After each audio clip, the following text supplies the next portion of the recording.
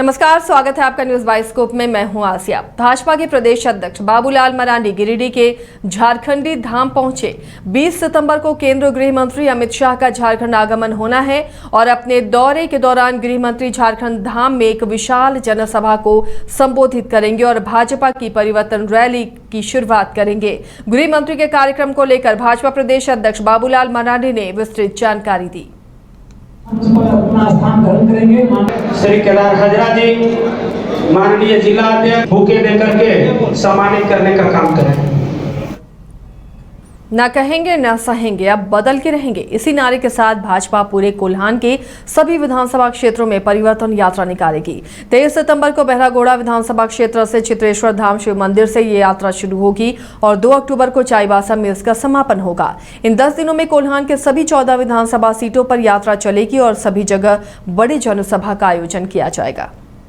से चल रही है झामुमो गठबंधन की सरकार, जन विरोधी सरकार है, तानाशाह सरकार है और भ्रष्टाचार की पराकाष्ठा को पूरा कर दिया है। ये महिला विरोधी सरकार है, युवा विरोधी सरकार है, जिसने युवाओं को छला है। 5 लाख नौकरी देने का वादा करके वादा खिलाफी किया युवाओं के साथ। महिलाओं को प्रति माह चूल्हा खर्च के लिए 2000 रुपये देने की बात करके 1,20,000 रुपया देने के बजाय 1,000 रुपया दे रही है। इस सरकार को बदलने का जनता मन बना चुकी है। अभी हाल ही में हम लोगों ने रांची में एक बहुत बड़ा युवा आक्रोश रैली किया, तो भारतीय जनता पार्टी ने तय किया है कि हम जनता की आवाज़ बनकर, जो 4 साल से हम विधानसभा के अंदर और सड़क पर जनता की लड़ाई लड़ते रहे हैं, इस बार परिवर्तन यात्रा के माध्यम से हम जनता की आवाज़ बनेंगे, जनता को हम लोग गोलबंद करेंगे। तो 6 यात्राएं पूरे प्रदेश में निकल रही है। जो कोल्हान में 23 सितंबर को बहरागोड़ा के पास एक प्रसिद्ध शिव मंदिर है चित्रेश्वर धाम, बड़े आस्था का केंद्र है। कई राज्यों के श्रद्धालु हजारों की संख्या में प्रतिदिन आते हैं। भगवान शिव का आशीर्वाद लेकर 23 सितंबर को यह परिवर्तन यात्रा कोल्हान का प्रारंभ हो। धनबाद प्रमंडल के तहत जमुआ विधानसभा क्षेत्र में झारखंड धाम से भाजपा की 20 सितंबर से परिवर्तन यात्रा की शुरुआत होगी। ये वही जगह है जहां अर्जुन को भगवान शिव ने पशुपात्र अस्त्र दिया था। कार्यक्रम 20 सितंबर को गृह मंत्री अमित शाह की अगुवाई में होगा। पहले 22 सितंबर को सड़क परिवहन मंत्री नितिन गडकरी इसकी शुरुआत करने वाले थे। प्रदेश प्रवक्ता विजय चौरसिया ने मीडिया को जानकारी देते हुए बताया कि 14 विधानसभा क्षेत्रों को ये यात्रा टच करेगी। उसी दिन एक विशाल जनसभा भी आयोजित है। 21 को स्मृति ईरानी, अन्नपूर्णा देवी भी गिरिडीह के झंडा मैदान में जनसभा में शामिल होंगी। 23 को डुमरी में आदिवासी युवा संवाद होगा। निरसा में उसी दिन शिवेंदु अधिकारी और विद्युत वरण महतो मौजूद रहेंगे, परिवर्तन यात्रा में शामिल होंगे। 24 को बलियापुर और चंदनकियारी में कार्यक्रम होगा, जबकि बोकारो में शिवराज सिंह चौहान, श्रेयसी सिंह और यदुनाथ पांडे की जनसभा होनी है। 25 सितंबर को गोमिया में सभा होगी। उसी दिन फुसरो में यूपी के सीएम योगी आदित्यनाथ, सांसद ढुल्लू महतो भी मौजूद रहेंगे। 26 सितंबर को महुदा, केंदुआ, कतरास में रोड शो, बैंक मोड़ में बाइक रैली और समापन धनबाद में होगा। देखिए, ये बहुत ही हर्ष का विषय है कि आज केंद्रीय कैबिनेट ने 1 नेशन 1 इलेक्शन को सैद्धांतिक मंजूरी दे दी।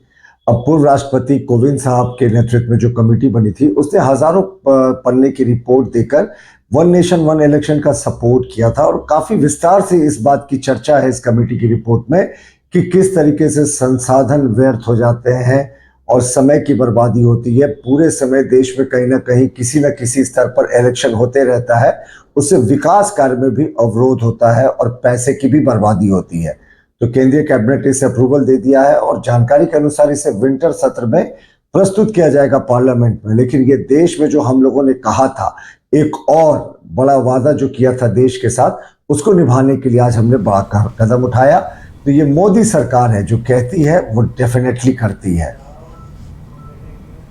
विधानसभा चुनाव को लेकर देवघर जिला निर्वाचन पदाधिकारी सह उपायुक्त विशाल सागर ने जिले के मतदाताओं को जागरूक करने के उद्देश्य से समाहरणालय परिसर में ईवीएम डेमोन्स्ट्रेशन सेंटर का शुभारंभ किया और जिले के शहरी और ग्रामीण क्षेत्रों में जागरूकता के लिए ईवीएम मोबाइल डेमोन्स्ट्रेशन वैन को हरी झंडी दिखाकर रवाना किया गया। ये वैन सभी प्रखंडों और पंचायतों में जाकर लोगों को जागरूक करेगी।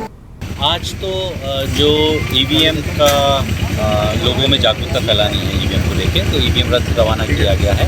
7 व्हीकल्स में हम लोगों ने 7 अलग अलग ईवीएम्स रखे हैं और उनके साथ में 2 लोगों को लगाया गया है और साथ में सिक्योरिटी फोर्स की गई है। इसका मुख्य कारण है कि जागरूकता फैलाना लोगों के बीच में, ईवीएम के यूज़ को लोग समझें, कैसे उसको यूज़ करना है ईवीएम को। तो ईवीएम के जो तीनों कंपोनेंट्स हैं, VU, CU एंड वीवीपैट, उनको रखा गया है। और साथ साथ में लोगों में किसी भी प्रकार की भ्रांति ना फैले ईवीएम को लेकर, तो लोग स्वयं आ सकते हैं, हैंड्स ऑन उस पर ट्रेनिंग ले सकते हैं, ऑफिसर जो उसमें नियुक्त हैं उनके द्वारा।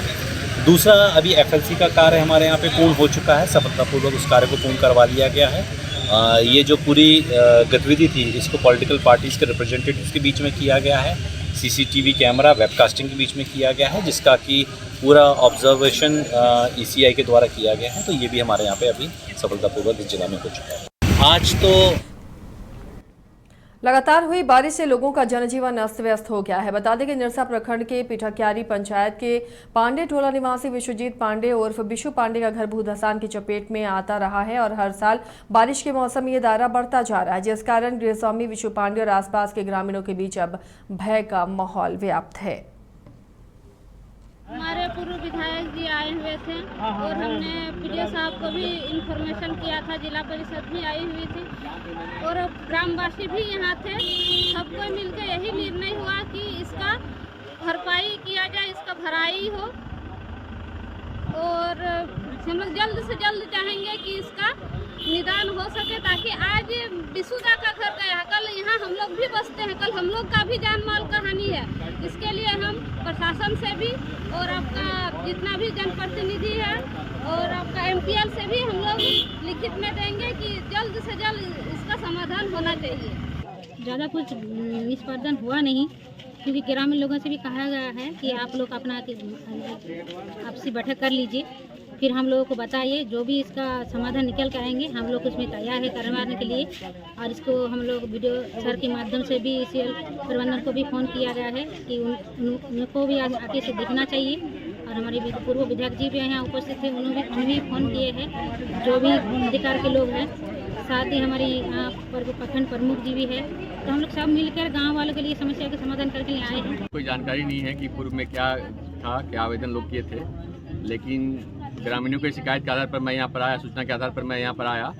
तो पूर्व में जैसे लोग बता रहे हैं, पूर्व में जो है यहाँ पर माइनिंग होता था और वो एबेंडेंट है, और विगत 2-3 दिन से जो बारिश हो रही थी उससे जो है मतलब पानी का रिसाव हो रहा है आंतरिक रूप से। तो जो बगल का घर जो है उसमें धसान हुआ है, तो जो इसमें है विधि सम्मत जो होगा इस पर कार्रवाई की जाएगी।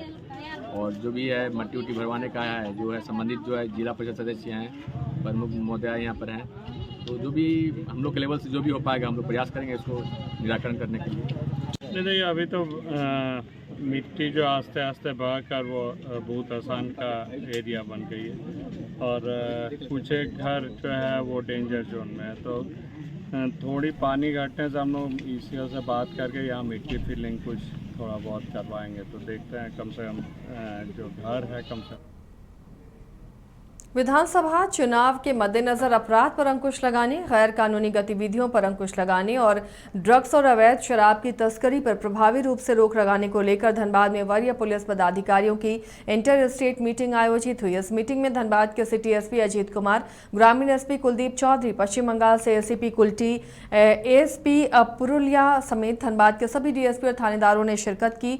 बैठक में चुनाव को देखते हुए विशेष रूप से लगभग 50 अपराधियों की सूची का आदान प्रदान हुआ। साथ ही झारखंड और पश्चिम बंगाल की पुलिस के बीच कई मुद्दों पर चर्चा की गई। इसमें दोनों राज्यों और जिलों की सीमाओं पर गहन चौकसी रखे जाने को कहा गया। इसके अलावा संवेदनशील मार्ग पर CCTV कैमरे के माध्यम से गैर कानूनी गतिविधियों पर नजर रखने की भी बात कही गई। मीटिंग की गई। हम लोग का मीटिंग का उद्देश्य था कि जो आगामी विधानसभा चुनाव है निष्पक्ष एवं भयमुक्त वातावरण में संपन्न हो चुनाव, इसके लिए हम लोगों ने आज मीटिंग किया। मीटिंग के दौरान जो बंगाल से आए हुए SP थे उनके साथ, बोकारो के SP साहब के साथ हमने अपराधियों की सूची का आदान प्रदान किया ताकि उन पर नकेल कसी जा सके। चुनाव के दौरान जो कॉरिडोर का काम करता है लिकर के लिए, ड्रग्स के लिए, उन पर कैसे हम लोग नियंत्रण रखेंगे, कैसे निगरानी रखेंगे, इन सारी चीज़ों पर चर्चा की गई ताकि चुनाव के दौरान हमको इसका फ़ायदा मिल सके। कितने राज्यों के पुलिस अधिकारी भाग लिए? आज वेस्ट बंगाल के पुलिस अधिकारी थे और बोकारो के SP साहब थे। हम लोग बहुत बार सहयोग मिला है और इस बार हमें और अधिक सहयोग मिलने की अपील है और उम्मीद है कि सहयोग मिलेगा। ताकि हम लोग निष्पक्ष एवं भयमुक्त वातावरण में चुनाव संपन्न करा सकें। जो अपराधी हैं, जो उधर शरण लिए हुए हैं, उनकी गिरफ्तारी है, उन पर जिस तरह से हम यहाँ झारखंड में CCA निगरानी प्रस्ताव सारा चीज़ हम लोग तैयार करते हैं और उन पर कड़ी निगरानी रखते हैं। उसी तरह उनसे अनुरोध किया गया है वहाँ के पदाधिकारियों की, वो भी उनके यहाँ जो अभी जमानत पर मुक्त होकर आ रहे हैं उनके विरुद्ध मैंने CCA की कार्रवाई की जाए ताकि उन पर नकेल कसा जाए।